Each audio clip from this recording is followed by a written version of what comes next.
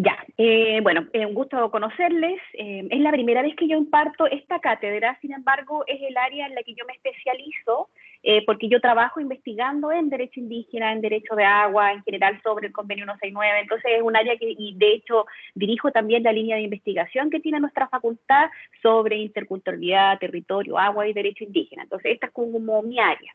Así que es un gusto poder hacerles este electivo, creo que es un ramo muy interesante. Y hoy día vamos a tener solamente una clase muy breve, introductoria al ramo. Ya hacia el final de la clase de hoy vamos a definir qué día vamos a tener las clases en línea, sincrónicas, y les voy a comentar también las evaluaciones, etcétera, todo lo que corresponde para que ustedes entiendan más o menos de qué trata o qué vamos a hacer durante este semestre. Así que les voy a empezar a compartir. Y les comento también que el Teams está un poquito cambiado a como estaba el año pasado, entonces hay algunas cosas que demoran un poco, o yo me demoro en mostrar las imágenes. ¿Están viendo el PPT o no?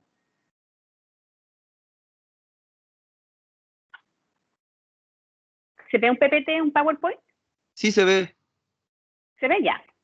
Avísenme si no se ve, porque pasa que el sistema a mí no me avisa, entonces yo, por ejemplo, ahora no los veo, entonces no sé si ustedes están ahí. Ya, entonces nuestro ramo este electivo que nosotros vamos a estudiar se trata específicamente sobre el convenio 169 de la OIT. Este es un convenio internacional de la Organización Internacional del Trabajo que se enfoca en específicamente en un principio en lo que son los trabajadores indígenas, pero se aplica en general a todos los pueblos originarios del mundo, con ciertas reivindicaciones y movimientos que estos mismos pueblos indígenas generaron en instancias internacionales como la Organización Internacional del Trabajo, para ser reconocidos internacionalmente. Una pregunta que uno siempre se hace, y se lo digo en un principio para que lo sepan, es por qué la Organización Internacional del Trabajo es la que se hace cargo de un instrumento tan importante para consagrar estos derechos fundamentales de los pueblos indígenas, y tiene que ver con que al año en que se inicia este tratado, al año que se empieza a conversar primero sobre el convenio 107, que fue anterior al 169, la fuerza laboral que se encontraba más afectada eran específicamente los trabajadores indígenas. Y por esa razón, y más aún cuando hablamos de la mujer trabajadora indígena, por esa razón es que la OIT genera este convenio que luego tiene una aplicación de carácter general para los estados que son parte, como el caso del Estado chileno. Lo primero que vamos a hacer, que es algo que tenemos que hacer en general por todas las cátedras que se dictan en nuestra universidad, es hablar del perfil de egreso del egresado y la egresada de Derecho UNAP. Es decir, cómo o qué se espera que ustedes logren una vez terminado todo el proceso de estudio de la Universidad Arturo Prat. Y se los leo para que ustedes lo conozcan. El egresado o egresada se caracteriza por conocer el derecho vigente y entender la relevancia que éste posee en el grupo humano en que se aplica. Además, tiene la aptitud de realizar juicios críticos y éticos en torno a esta regulación, pudiendo analizar y resolver situaciones de contenido normativo, elaborando estrategias procesales eficientes y eficaces, las cuales puede aplicar con dominio del lenguaje jurídico, argumentando y razonando jurídicamente. Es decir, esto es lo que se busca, o esto es lo que esperamos cultivar y generar en este trabajo que nosotros hacemos de forma mancomunada en esta Escuela de Derecho UNAP, para que lo sepan o vayan entendiendo en general. Nosotros tenemos que pensar cómo contribuye este ramo de convenio 169, que se me quedó el de derecho indígena, en este perfil de egreso del cual yo les acabo de hablar. Esta se trata de una asignatura electiva de la carrera de Derecho, y al aprobar este ramo, cada estudiante va a poder reconocer, entender y aplicar los principales derechos y garantías que se contienen en este convenio número 169 de la OIT sobre pueblos indígenas y tribales, lo anterior comprendiendo el especial vínculo que tienen los pueblos indígenas con el territorio y sus múltiples reivindicaciones, tanto a nivel nacional como internacional. Y en esta misma línea, sobre los temas propios de este curso, cada estudiante va a poder razonar y argumentar jurídicamente, y lo va a poder hacer conociendo este trasfondo del convenio 169, pero como vamos a ver más adelante, dentro de las primeras unidades también vamos a hablar algo de derecho indígena y de las especiales características que tiene cuando nosotros hablamos de derecho indígena, que no hablamos exclusivamente de el derecho normado, no hablamos específicamente solo de la ley, sino que también nos vamos familiarizando con lo que es la generación del derecho consuetudinario, es decir, el derecho que se basa en la costumbre. En general, creo que en general todos ustedes son de tercero. ¿Cuál es el valor que tiene la costumbre en derecho? ¿Se recuerdan?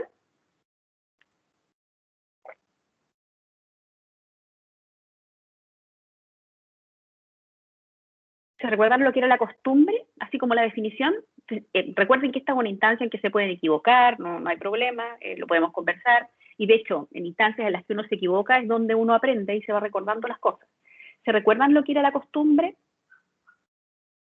Quizá lo vieron lo vieron necesariamente en civil. Y cuando tengan comercial, porque no estoy segura si todavía tienen comercial, también lo van a ver, lo que es la costumbre.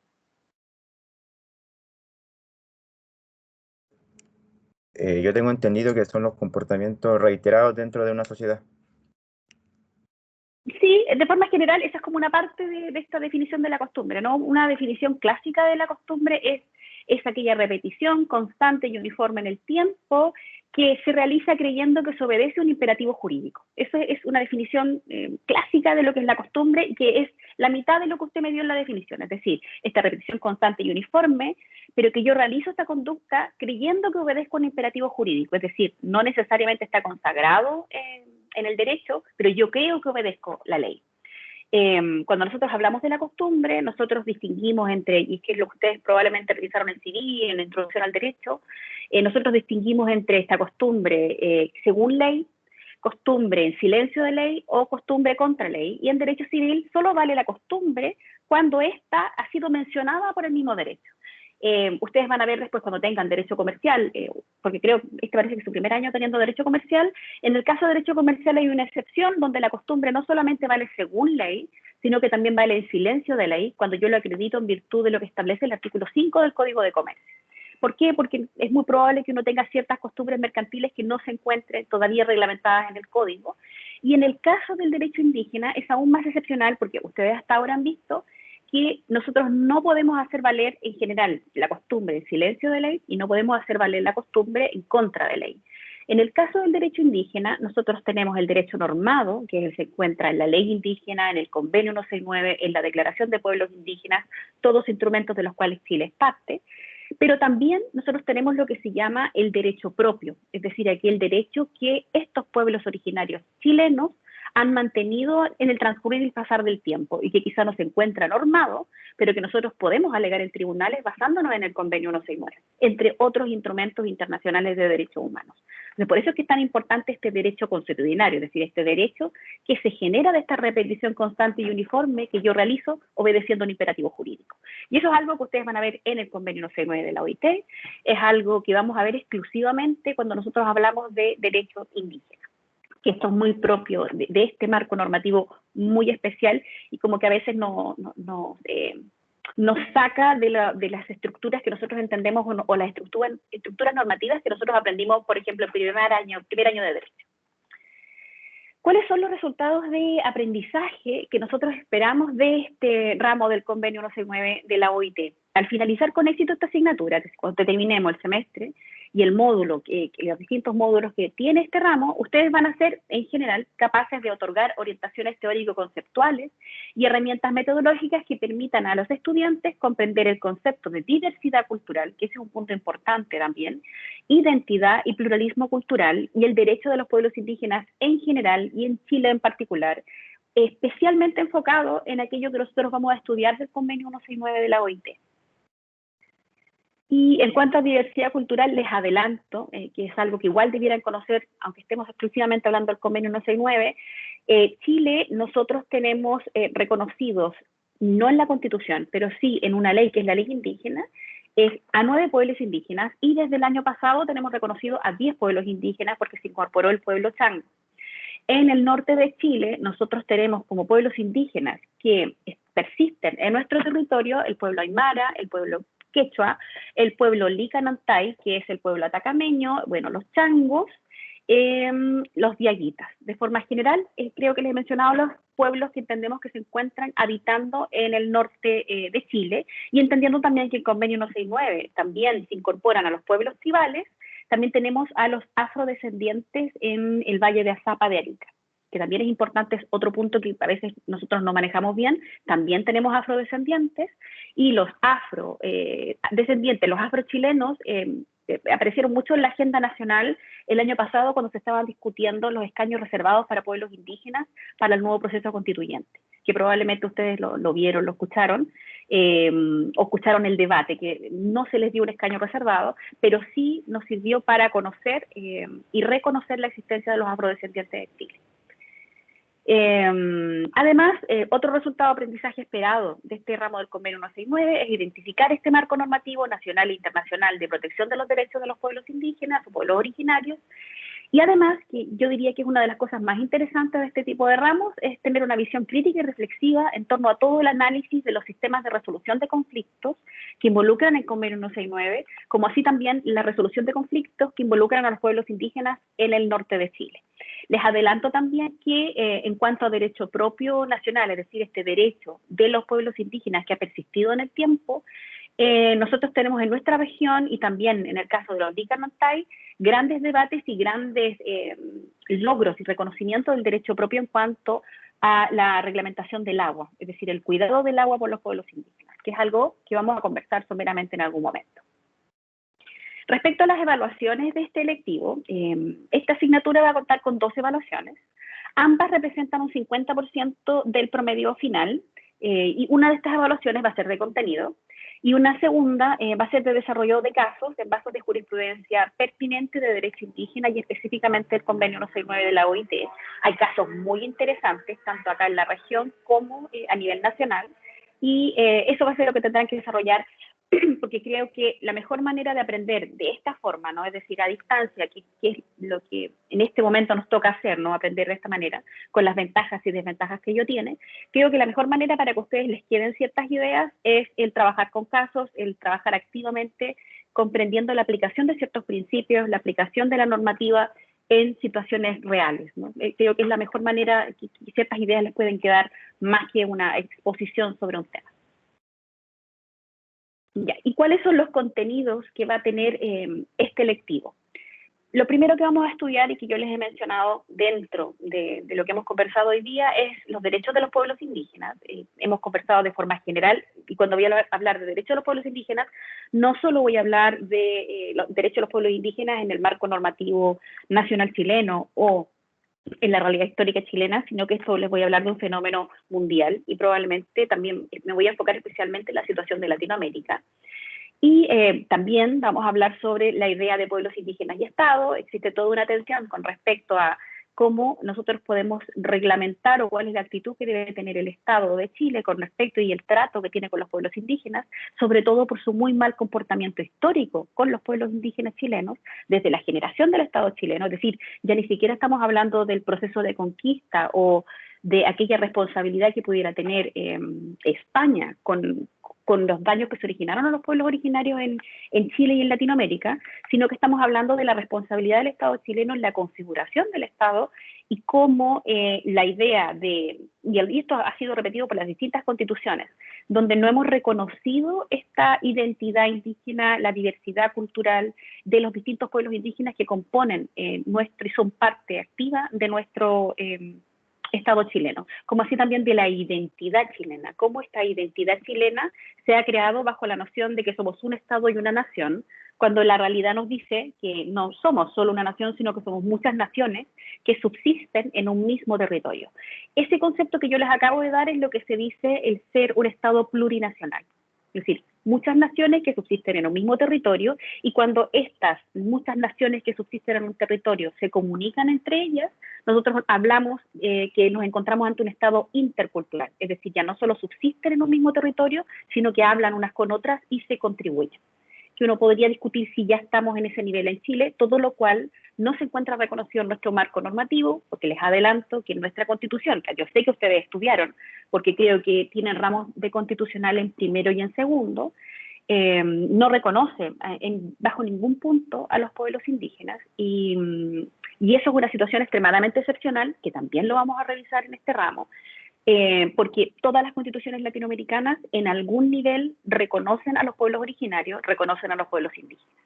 Entonces ahí se produce toda una discusión de qué es lo que ocurre cuando nosotros configuramos estados latinoamericanos sin reconocer nuestra propia identidad, ¿no? Incluso nosotros mismos, cuál es nuestra certeza, cuál es nuestra realidad de reconocernos, identificarnos como parte de los pueblos indígenas y hacer parte también de esta discusión a lo que nosotros discutimos día a día.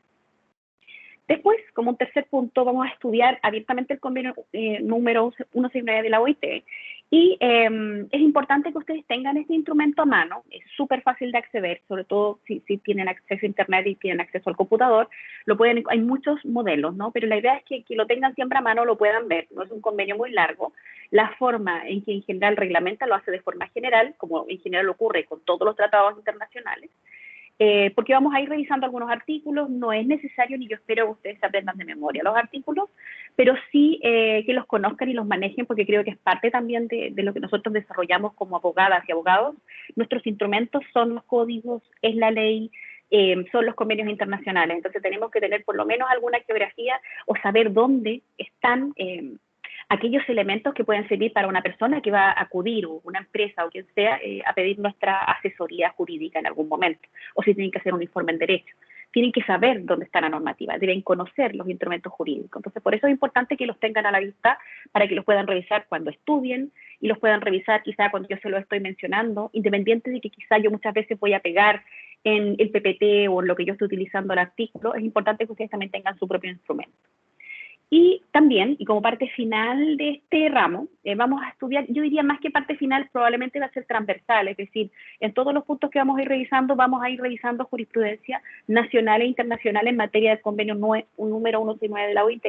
Y en cuanto a jurisprudencia nacional, hay jurisprudencia muy interesante de la Corte Suprema, sobre todo muy interesante la jurisprudencia de la Corte Suprema porque es muy ambivalente, es decir, ha cambiado de criterio en muchas ocasiones, muchas veces fallando a favor de los pueblos originarios en virtud del convenio número 169 de la OIT, pero en otros casos no siguiendo el convenio 169 de la OIT y solamente fundamentándose en la ley indígena o en aquello que le faculta la ley indígena que yo les mencionaba hace un rato, que es la 19253, y que tiene muchas limitaciones como normativa en general. Tiene ventajas también, pero ahí lo vamos a ver. Ya. Esto sería en general la parte introductoria al ramo del convenio 169 de la OIT. Les quería hacer una pregunta. Nosotros tenemos hoy una hora de clases y mañana tenemos el jueves tenemos 2 horas de clases. ¿Estoy en lo correcto? Sí, profe. Ya, entonces, nosotros tenemos que definir qué día vamos a tener las clases sincrónicas. Yo prefiero que sea el jueves. Hoy día solo fue porque estábamos empezando la semana y porque tenía que mostrarles de forma general de qué se trata el ramo. Entonces, este jueves tendríamos clases sincrónicas el día jueves y de ahí de forma general. ¿Les parece que tengamos clase los jueves? Profe, Dígame. disculpe, yo el jueves tengo un choque de horario. Yo podría ¿En las tomar 2 horas? no, solamente de las 10:30 a las 11:30. Podría tomar de las 11:45 a las 12:45. Ah, ya, tiene problema en la primera hora. Claro, en la primera hora pero podría ingresar en la segunda. Ya, y sus compañeros no sabré si tendrán choque de horario. Profe, yo también tengo choque de horario. ¿También tiene el jueves? Sí, el jueves. En la primera hora tengo El, choque de horario. ¿Y hay los demás?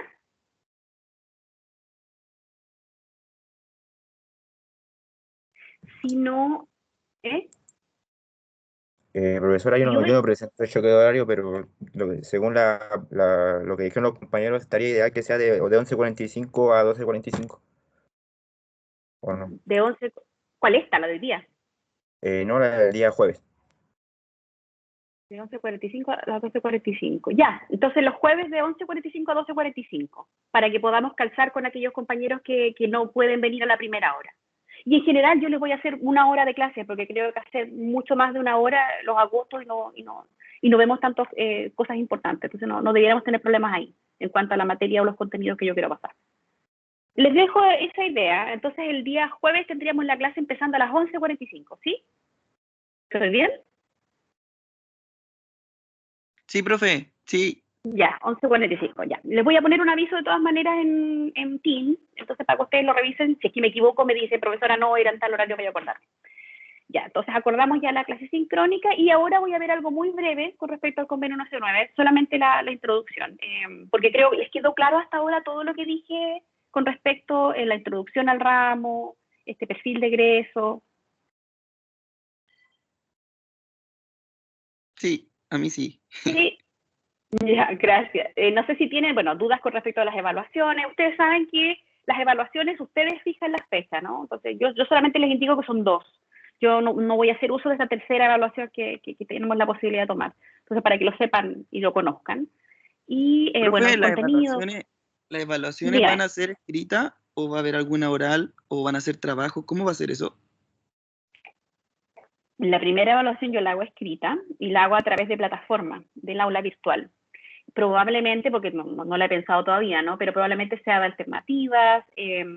Trato de hacer pruebas objetivas en la primera y objetivamente de materia, es decir, de conocimiento. Y la segunda evaluación es una evaluación de carácter práctico que generalmente involucra la generación de un trabajo escrito corto y de una exposición vía Teams.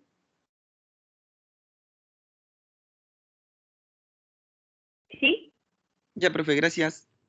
No hago pruebas orales en general porque no considero que ustedes desarrollen su capacidad para poder exponer en una evaluación oral. Creo que es mucho mejor que hagan una exposición de un trabajo que ustedes realizaron a que me hagan una exposición oral de una evaluación. Mis evaluaciones son escritas, prefiero que sean objetivas para que sea justo para todos, ¿no? Y creo que el desarrollo de sus competencias orales como abogados, futuros abogados y abogadas se desarrolla mejor en un trabajo escrito en el que ustedes primero me realizan el razonamiento escrito y luego lo exponen frente a sus compañeros, que creo que eso es mucho más valioso que eso no me los pongan a mí con otro profesor. O sea, eso prefiero yo hacer, creo que eso desarrolla mejor sus competencias orales. Ya. Y bueno, les queda claro, les encargo sí que me fijen las fechas de evaluaciones para que ustedes lo vean, lo conversen en el momento que corresponda. Y ya vimos los contenidos de forma general. Bueno, cualquier duda que tengan, me la pueden hacer aquí o a través de plataformas, sea Teams, que recuerde que Teams cuenta con un chat, y aula virtual. Yo ocupo harto el aula virtual, siempre estoy la revisando. Ya les subí, de hecho, un breve apunte. No significa que lo tengan que leer y que se lo tengan que saber de memoria, sino que les sirve porque yo voy a, en parte, ocupar ese apunte para hacer clases, ¿no? Mis evaluaciones siempre se van a basar de lo que yo he revisado en clases y lo que nosotros hemos conversado en clases. Nunca les voy a preguntar algo que yo no les haya pasado o que no hayamos conversado en clases. O sea, para que les quede esa tranquilidad. Y ese artículo que yo les subí, los insto a leerlo, no es un artículo tan largo y sirve de base para lo que nosotros estamos trabajando con respecto a este convenio 169 de la OIT. Ya. Y ahora les voy a hablar muy brevemente con respecto a lo que se trata el convenio 169 por si alguno no lo conoce o no lo ha revisado, ¿no? No sé, ¿ustedes han escuchado sobre el convenio 169 de la OIT antes de esta clase? Sí, yo sí, profe. ¿Usted sí lo ha escuchado? Ya. Sí, yo estuve como oyente en los congresos indígenas que hacía la Universidad de Tarapacá. Ah, buenísimo, sí, Así que ahí buenísimo, muy bueno. siempre se hablaban de los tratados, del reconocimiento, como de las vulnerabilidades que tenía, entonces siempre se hablaba de eso. Igual el profesor Dufray una vez nos habló de esto porque creo que él estaba también, él estuvo hace años atrás con el tema de los derechos indígenas. El papá, el Sí, profesor que hace internacional, sí, él fue sí, abogado en la CONADI, sí. igual que yo. Y trabajó mucho derecho indígena también, sí, el profesor Juan Pedro. Ya, qué bueno que les han hablado del convenio 169 de la OIT, qué bueno que han ido a los congresos de la UTA, son muy buenos en general y les ayudan a conocer sobre estas instituciones, me parece muy bien.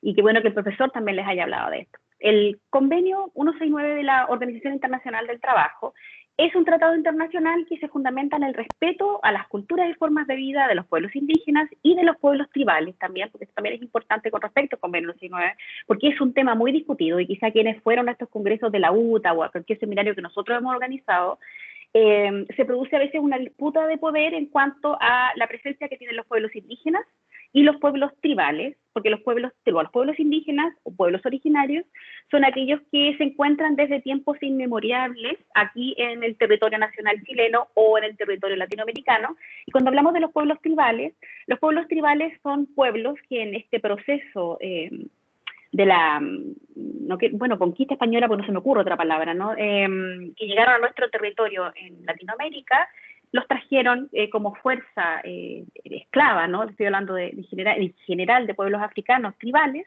fueron traídos por la fuerza a territorio latinoamericano. Y esto ocurre en todo el territorio latinoamericano, en algunos estados con mayor presencia y en otros estados con menos presencia, como sería el caso nuestro, ¿no? Una presencia quizá no tan evidente, donde encontramos afrodescendientes que entrarían dentro de esta noción de pueblos tribales, y el convenio 169 decide incorporarlo. La Corte Interamericana de Derechos Humanos, que esta es una corte muy importante y espero que nunca se les olvide que existe la Corte Interamericana de Derechos Humanos, que es uno de los instancias de carácter internacional latinoamericana más importante, y nosotros somos parte de esa corte y hemos sido juzgados y hemos sido de hecho sancionados como Estado chileno en la Corte Interamericana de Derechos Humanos, específicamente en el caso de Chummiso Magama, de cómo nosotros tratamos el tema del agua con el pueblo aymara, y en el caso de Gabriela Blas en Arica, también fuimos condenados por cómo se trató a una, que es el caso de la pastora aymara, que probablemente muchos han escuchado, cómo se le trató la policía, cómo trató el Estado chileno, cómo trató la fiscalía, a una pastora aymara que en el proceso de estar pastoreando dejó a su hijo sobre una piedra yendo a buscar unos animalitos, y cuando volvió el niño se perdió y en definitiva falleció. Lo vamos a conversar durante el semestre, se los adelanto, para que sepan que hemos sido condenados, sin contar que hemos sido en muchas ocasiones condenados en la Corte Interamericana de Derechos Humanos por la aplicación de la ley terrorista al pueblo mapuche, ¿no? Y esto es muy importante, sobre todo por la especial agenda que se está aplicando ahora, hoy en día, en que se está militarizando la zona de la Araucanía. Entonces esto probablemente va a seguir sonando y probablemente se nos va a acusar de que estamos violentando el convenio 169 de la OIT y vamos a llegar ante la Corte Interamericana de Derechos Humanos, y les puedo asegurar que el Estado chileno va a volver a ser condenado por esto. Entonces por eso es que es tan importante que nunca olviden la Corte Interamericana de Derechos Humanos. ¿Y qué es lo que reconoce este convenio 169 de la OIT cuando hablamos de pueblos indígenas y tribales? Reconoce sus derechos sobre las tierras y recursos naturales, así como el derecho a decidir sobre sus propias prioridades en lo que atañe a este proceso de desarrollo. Es decir, este convenio 169 de la OIT es un convenio que se encuentra acorde al sistema en cuanto me habla de esta posibilidad que tienen los mismos pueblos indígenas de participar en la explotación de recursos naturales que se encuentran en sus territorios, como así también a decidir las prioridades que atañen en este proceso de desarrollo de los pueblos indígenas. ¿Cuál es la idea básica del convenio 169 de la OIT? Es que reconoce estas aspiraciones de estos pueblos a asumir el control de sus propias instituciones, formas de vida, el desarrollo económico, y a mantener y fortalecer sus identidades, lenguas y religiones dentro del marco de los estados en el que viven, ¿no? Y que esto sea reconocido por los diversos estados a nivel legislativo, no únicamente a través de lo que se regula en este mismo convenio, que como yo les indicaba, si es que no lo han revisado o no lo han mirado, lo regula de forma muy general, no lo regula de una forma muy específica, y finalmente su ejecución va a depender de cómo lo ejecute cada estado en particular.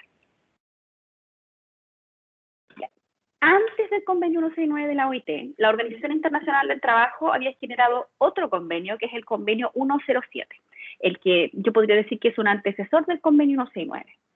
Este convenio sobre pueblos indígenas y tribales de 1957 fue el primer intento de codificar las obligaciones internacionales que tenían los estados en relación con los pueblos originarios y con los pueblos tribales.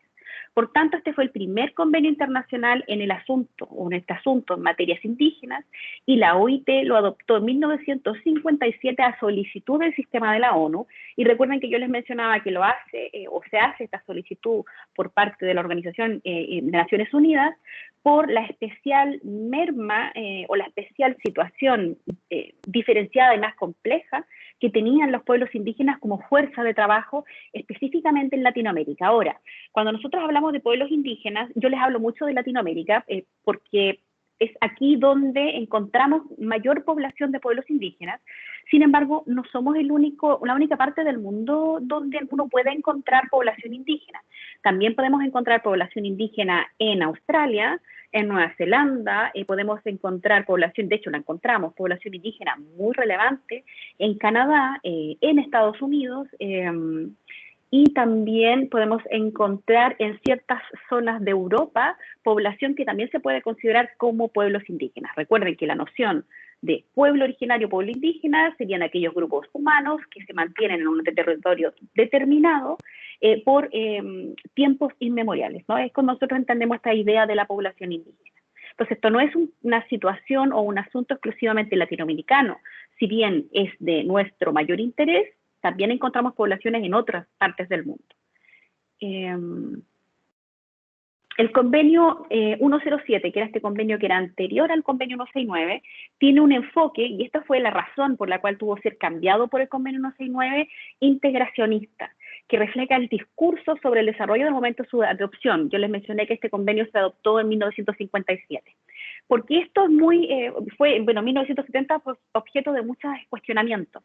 Porque este enfoque integracionista es un enfoque muy errado, porque lo que busca el enfoque integracionista a los pueblos indígenas es identificar las distintas poblaciones indígenas con identidades culturales diversas que se encuentran en un territorio, integrarlos en una noción mayor de un Estado latinoamericano o de un Estado en particular. Entonces lo que yo hago es que los integro, los hago parte de esta idea nación chilena, por ejemplo, y de esa forma lo que hago es hacer desaparecer su propia identidad.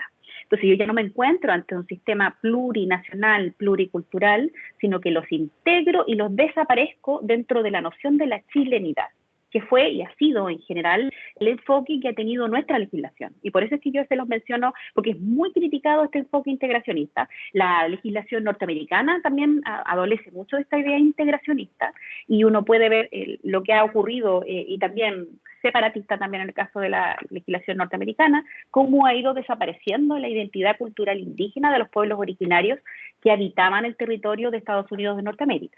Entonces, ahí está la discusión, ¿no?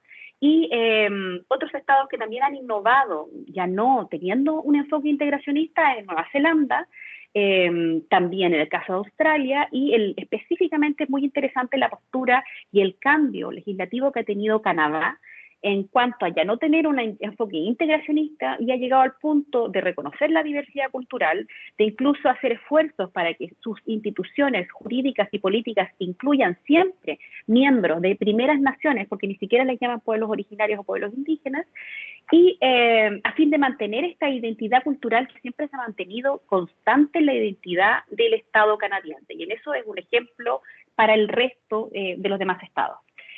Esto independiente que Canadá, Estados Unidos, Nueva Zelanda no son parte del convenio 169, vamos a conversar sobre eso más adelante.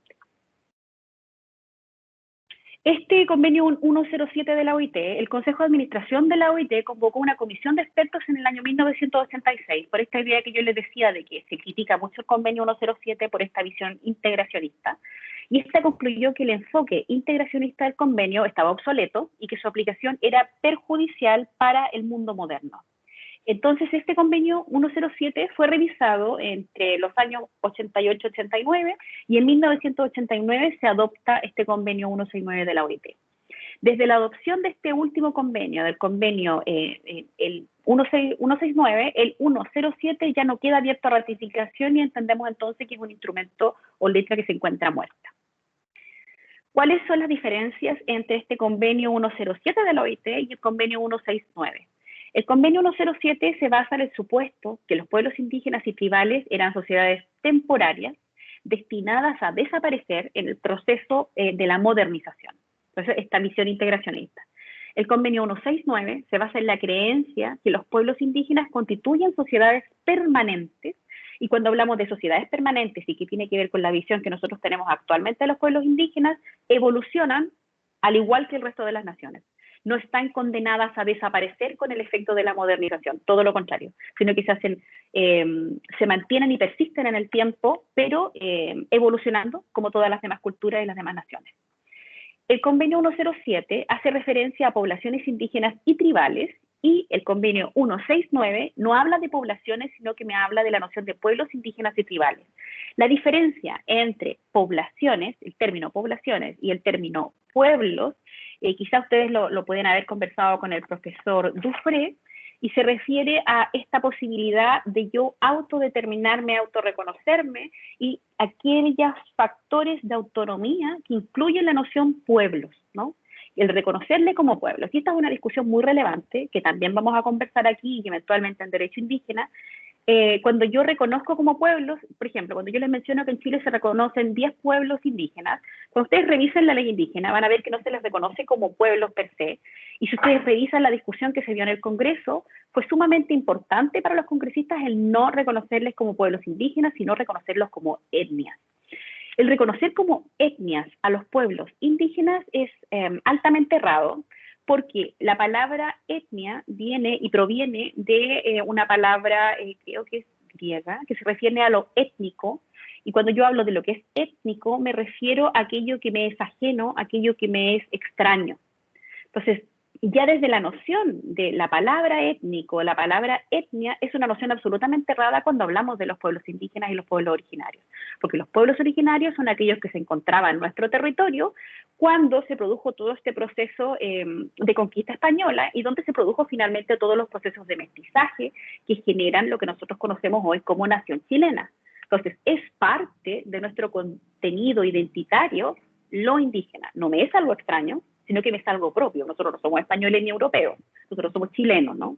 Chilenos y chilenas, y esto incluye este elemento mestizaje, por lo tanto, también es parte de nosotros la identidad indígena. Por eso es que es tan objetable el que nosotros al 2021 todavía reconozcamos en nuestra ley etnias indígenas. Entonces, ojalá ninguno de ustedes me hable en algún momento de etnias, sino siempre me hable de pueblos indígenas y tribales, y cuando sean abogadas y abogados, jamás hablen de etnias, sino que entiendan esta noción relevante de hablar de pueblos indígenas y tribales, e incluso tampoco hablar de poblaciones, porque poblaciones involucra esta visión más bien integracionista de los pueblos indígenas, que es altamente criticada en lo que es el derecho moderno.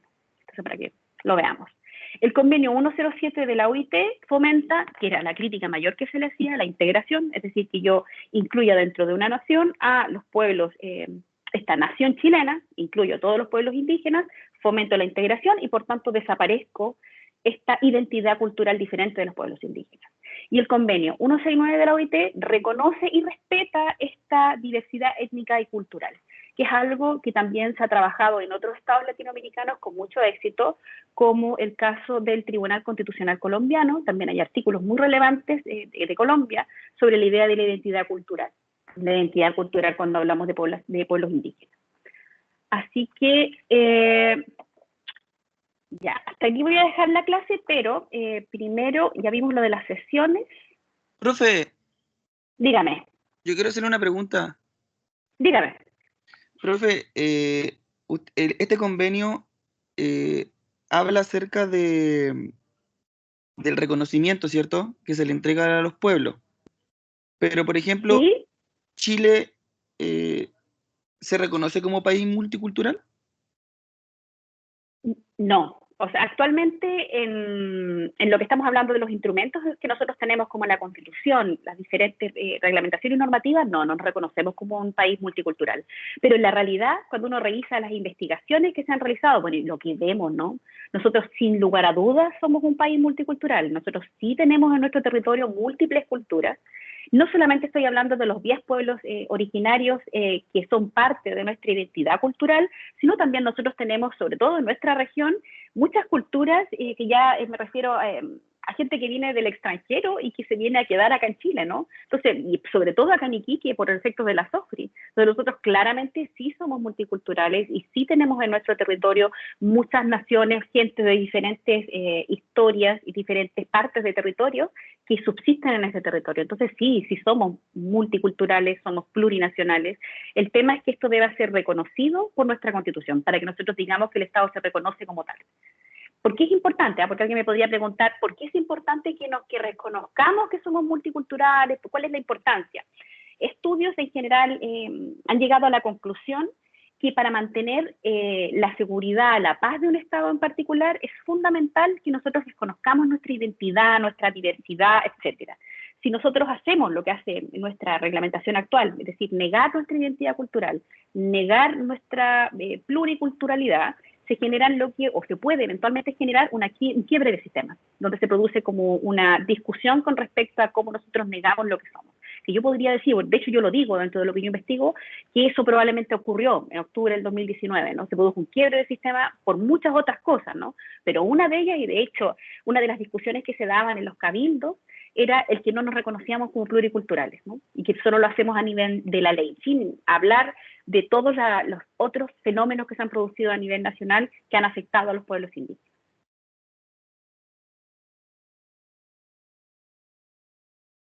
Ya, profe, gracias. Ya. Y eso, creo que les dije todo lo que le tenía que decir con respecto al ramo. Hablamos de las evaluaciones, dijimos que la clase va a ser el jueves, y sí, creo que no me faltó nada por decir. Entonces nos vemos el jueves a las 11:45, ¿verdad? ¿Ese fue el horario que dijimos? Sí, profe, 11:45. Ya, nos vemos el jueves entonces. Un gusto conocerles. Nos vemos. Chao. Chao, profe. Chao, chao. Chao, profe. Chao.